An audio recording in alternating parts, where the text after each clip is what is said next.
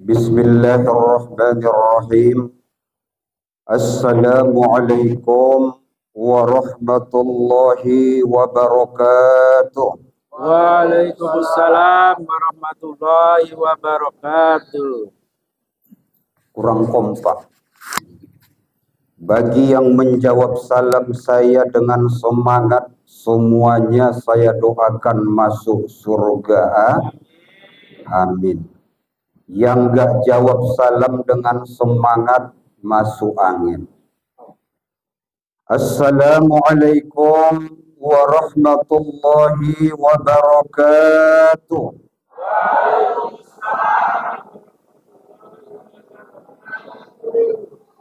Baru kompak. Buah semangka warnanya merah, sedikit hitam karena bijinya. Karena menjawab salam Ustadz sudah semangat, Ustadz doakan semua kita selamat dunia akhirat. Amin ya rabbal alamin. Alhamdulillahi wa kafa, wassalatu wassalamu ala sayyidinil mustafa wa ala alihi ahli sidqi wal wafa, amma ba'd. Yang saya takjim muliakan segenap pengurus BKM Masjid Babus Salam, wabil khusus Ketua BKM Bapak Haris Ashab yang telah menyampaikan beberapa pengumuman. Kemudian bapak-bapak, ibu-ibu, para ayahanda, para ibunda, beserta adik-adik seluruh jamaah salat Isya dan tarawih Masjid Babus Salam yang insya Allah kita semua senantiasa dalam ridho, keberkahan, perlindungan serta kerahmatan Allah Subhanahu wa taala. Amin ya rabbal alamin.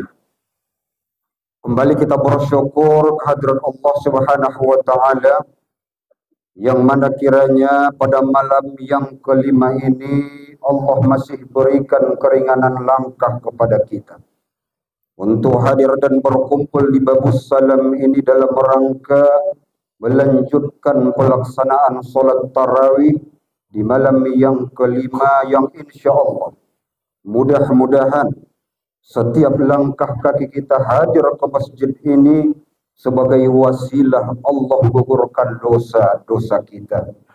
Amin ya rabbal alamin. Salawat dan salam mari sama kita hadiahkan keharibaan Nabi kita Muhammad Rasulullah sallallahu alaihi wasallam. Allahumma salli wa sallim alaihi.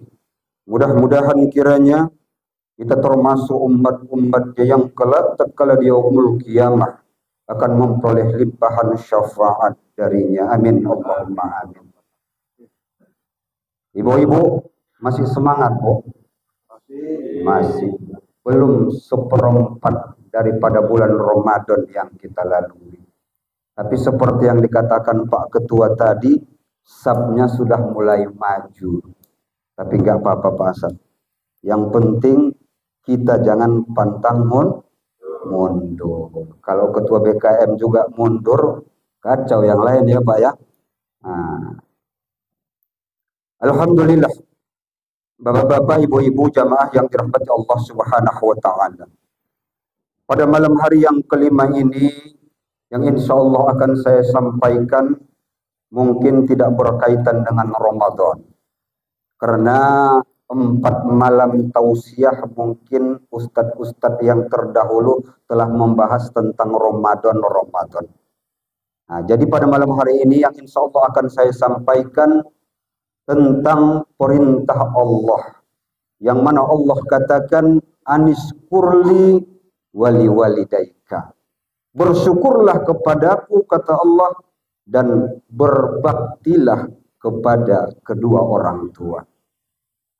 Nah, ada beberapa kali Allah menggandeng perkataan atau kalimat Allah dengan orang tua.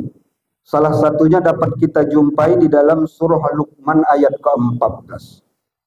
Di sana nanti bisa dilihat Bismillahirrahmanirrahim.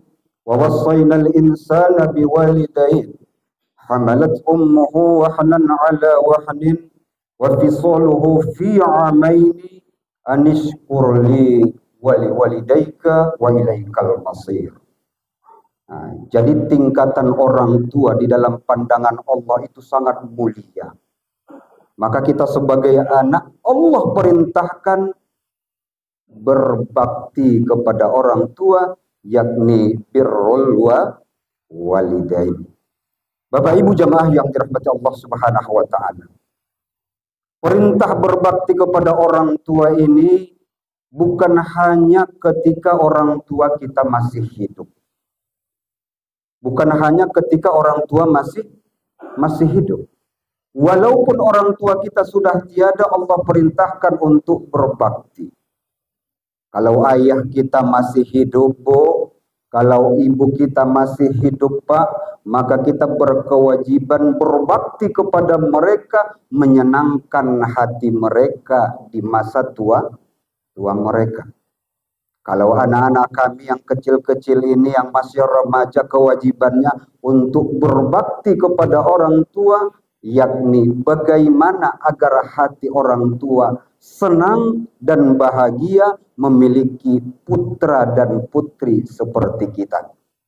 Inilah kewajiban kita. Jangan sampai sekali-kali kita menyakiti, apalagi menyebabkan air mata menetes dari mata orang tua kita. Jangan sampai. Kata Allah, ridho Rabbi fi ridho walidain, wa sukhtu Rabbi fi sukhti walidain. Ridhonya Allah itu bergantung pada ridhonya orang tua kepada kita, dan kemudian marahnya Allah, murkanya Allah itu juga bergantung pada marahnya orang tua kepada kita. Maka jangan sampai orang tua kita benci kepada kita, jangan sampai orang tua kita marah kepada kita, karena ingat, ketika orang tua benci kepada kita, marah kepada kita, maka otomatis murkanya Allah akan turun kepada kita. Maka kewajiban kita itu membahagiakan orang tua, apalagi di saat orang tua kita sudah tidak mampu, mungkin untuk mencari nafkah sudah tidak mampu, atau mungkin untuk bekerja sudah tidak mampu. Jangan kita rendahkan mereka, jangan kita hinakan mereka, melainkan kita muliakan mereka di masa-masa tua mereka. Ini kewajiban kita kepada orang tua yang masih hidup. Kemudian kewajiban kita terhadap orang tua kita yang telah meninggal. Ada 3 hal yang dirindukan oleh orang tua kita yang berada di alam barzah atau di alam kubur dari kita yang hidup di dunia ini sebagai anak-anaknya. Ada 3. Ini harus kita renungkan ini. Apa itu yang pertama? Yang pertama, ayah dan ibu kita ketika saat ini telah berada di alam barzah, yang mereka rindukan adalah doa dan istighfar dari kita sebagai anak-anaknya. Pernah suatu ketika dijelaskan, mayat yang berada di alam kubur, mayit yang berada di alam kubur, dia merasa heran. Hari ini ajab saya kok agak ringan dari hari sebelumnya. Atau bahkan azab atau siksaan hari ini enggak ada.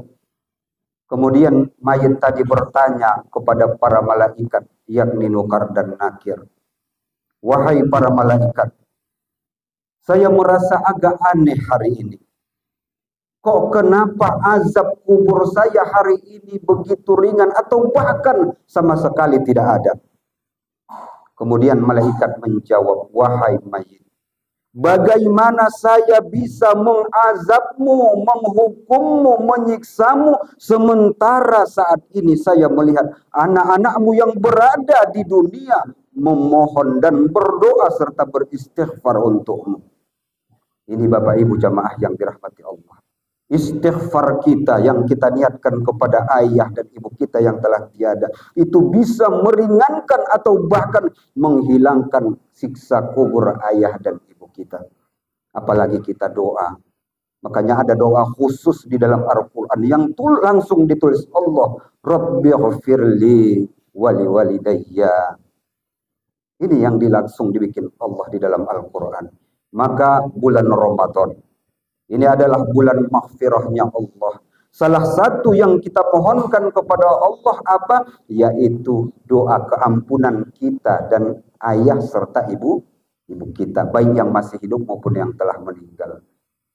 Maka salah satu yang dirindukan oleh orang tua kita saat ini, yang ketika mereka berada di alam barzah, di alam kubur, yang pertama istighfar dan doa kita sebagai anaknya yang masih hidup. Maka banyak-banyak doakan, kirimkan istighfar dengan niat kepada ayah dan ibu kita. Insya Allah ini yang mereka tunggu-tunggu, dan itulah yang bisa menolong dan membantu mereka selain amal soleh yang pernah mereka lakukan di dunia.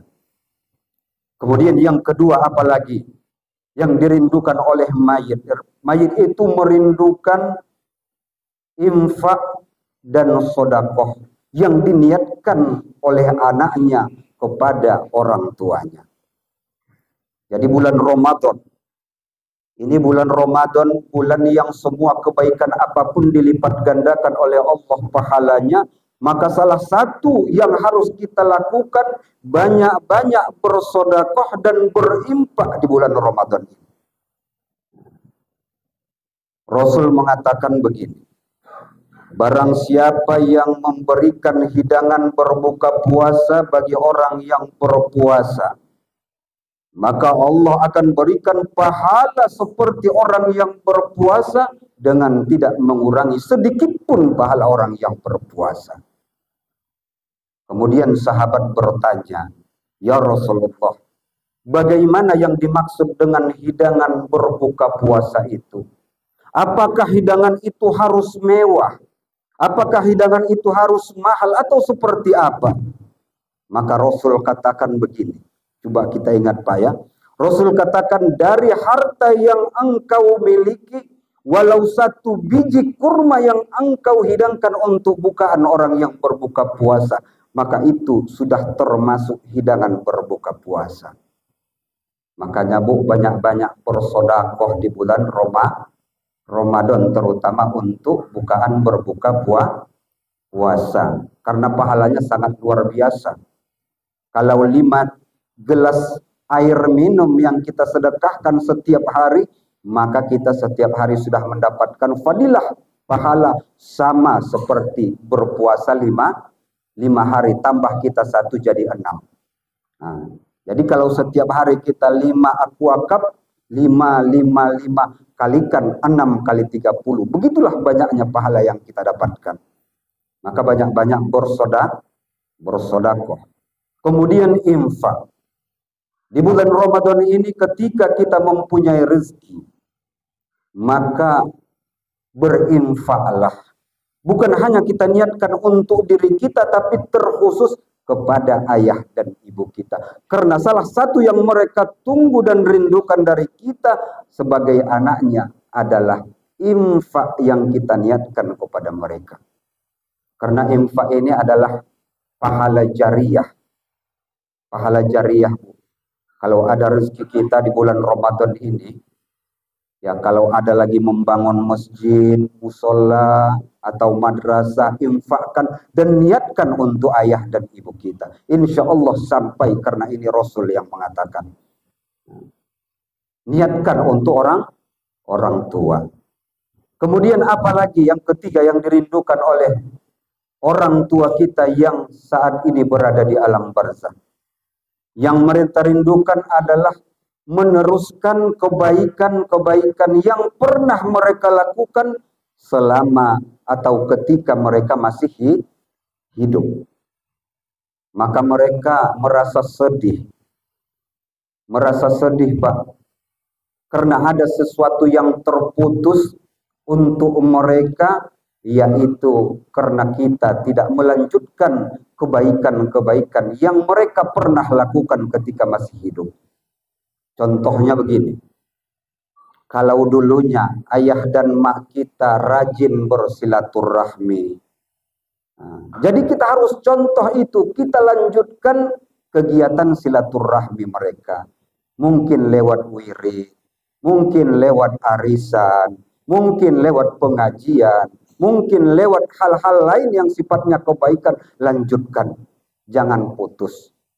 Karena banyak Bu Pak ya, ada orang tuanya itu rajin silaturahmi. Begitu meninggal ayahnya, emaknya, anaknya nggak ada yang bersilaturahmi. Ayah dan maknya rajin ikut perwiritan, ikut STM, meninggal ayah dan maknya, anaknya nggak ada yang ikut STM. Maka terputus kebaikan-kebaikan yang selama ini mereka lakukan dan tidak ada pahala yang mengalir untuk mereka. Tapi ketika kita melanjutkan yang dulu mereka berwirid Yasin, mereka telah tiada, kita yang menggantikan. Yang dulu mereka ikut STM, kita lanjutkan, kita ikut STM. Yang dulu mereka rajin untuk pengajian-pengajian, kita ikutkan jejak mereka, kita ikuti pengajian. Maka ini akan mengalir terus pahala untuk mereka. Jangan kita menghadiahkan dosa jariah kepada ayah dan ibu kita. Maka kita harus menghadiahkan pahala jariah. Kalau dosa jariah gampang kali. Kita bikin TikTok dengan nih perempuan ibu-ibu yang nampak aurat, bikin TikTok lagu-lagu, berjoget-joget. Ini dosa jariah. Maka hati-hati ibu-ibu yang suka TikTok. Anak-anak perempuan yang suka TikTok. Salah satu dosa jariah itu yang tidak putus-putus, ya ini tadi dengan handphone TikTok. Salah kita menggunakan bisa menjadi dosa jariah. Ketika kita sholat, kita dapat dosa. Walaupun kita mengaji, kita dapat dosa. Walaupun kita puasa, kita dapat dosa. Karena apa? Karena tadi TikTok setiap hari. Ratusan ribu umat manusia di dunia ini yang menonton TikTok kita. Kalau dia laki-laki, sementara kita perempuan nampak aurat, maka ini dosa. Walaupun kita lagi sholat, tapi orang buka handphone nampak TikTok. Ibu tadi yang lagi berjoget, dapat dosa ibu dari TikTok.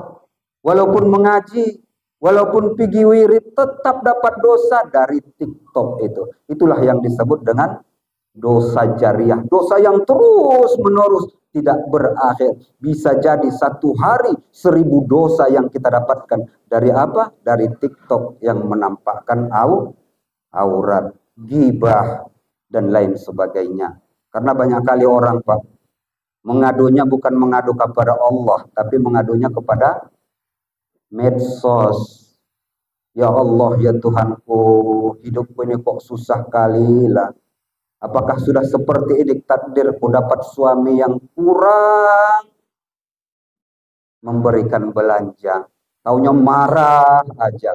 Ngadunya sama medsos dibaca orang. Bukan orang malah simpati, tapi malah ngejek. Makanya hati-hati.